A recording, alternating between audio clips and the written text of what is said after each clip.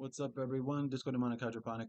I was going through my things, my YouTube channel, and somebody asked me if I could do a teach how to channel, and I mean, I could tell you how I learned the channel, so I'm just gonna go with that. There's like different exercises I did. I think I posted a channel building exercise here on this channel, so no pun intended.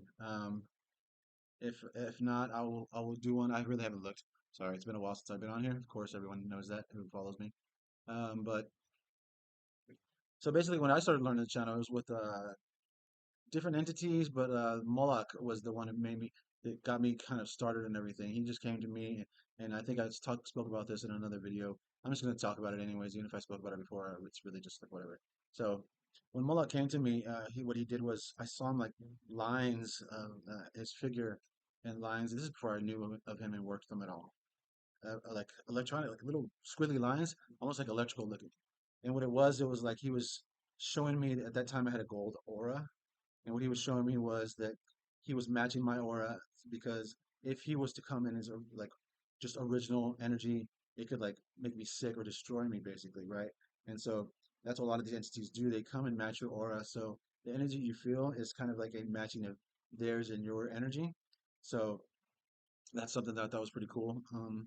So anyways, he taught me how to basically just like start the process and like see him and kind of go into start guessing when you're say you're channeling for someone, you kind of just start seeing the first thing that comes to your mind. You kind of start guessing at first until you start hitting like yeses and yeses, right? Yeah, that's true. Yeah, that's true. Then you know you're tapped in, and then you kind of go with that. You have to let go and trust your what is you're doing, and then it becomes more let me see, like fluent when you start doing it.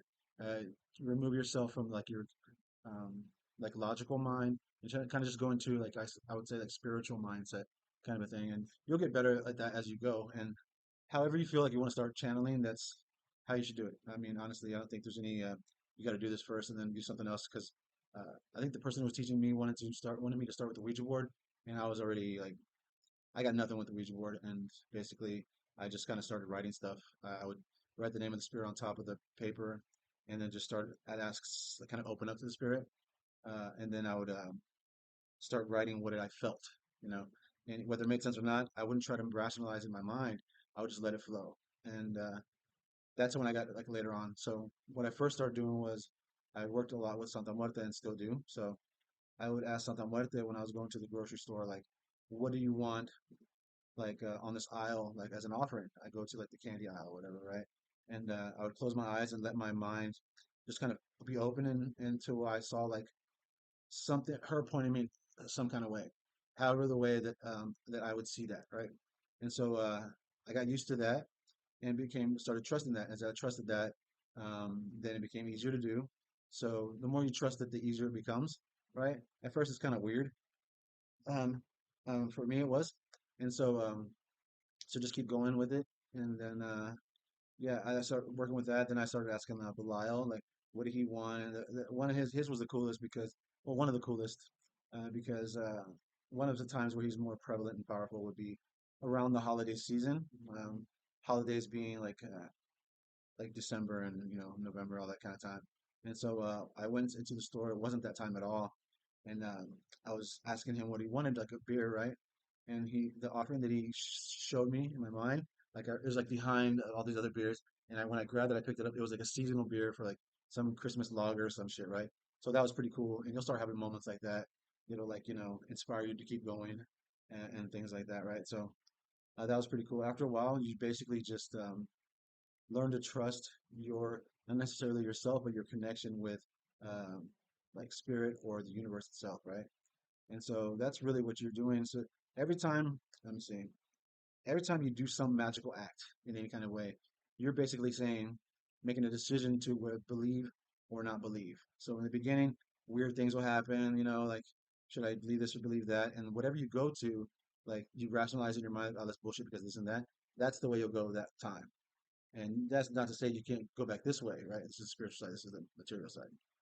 But it was like at that time you're reinforcing this belief.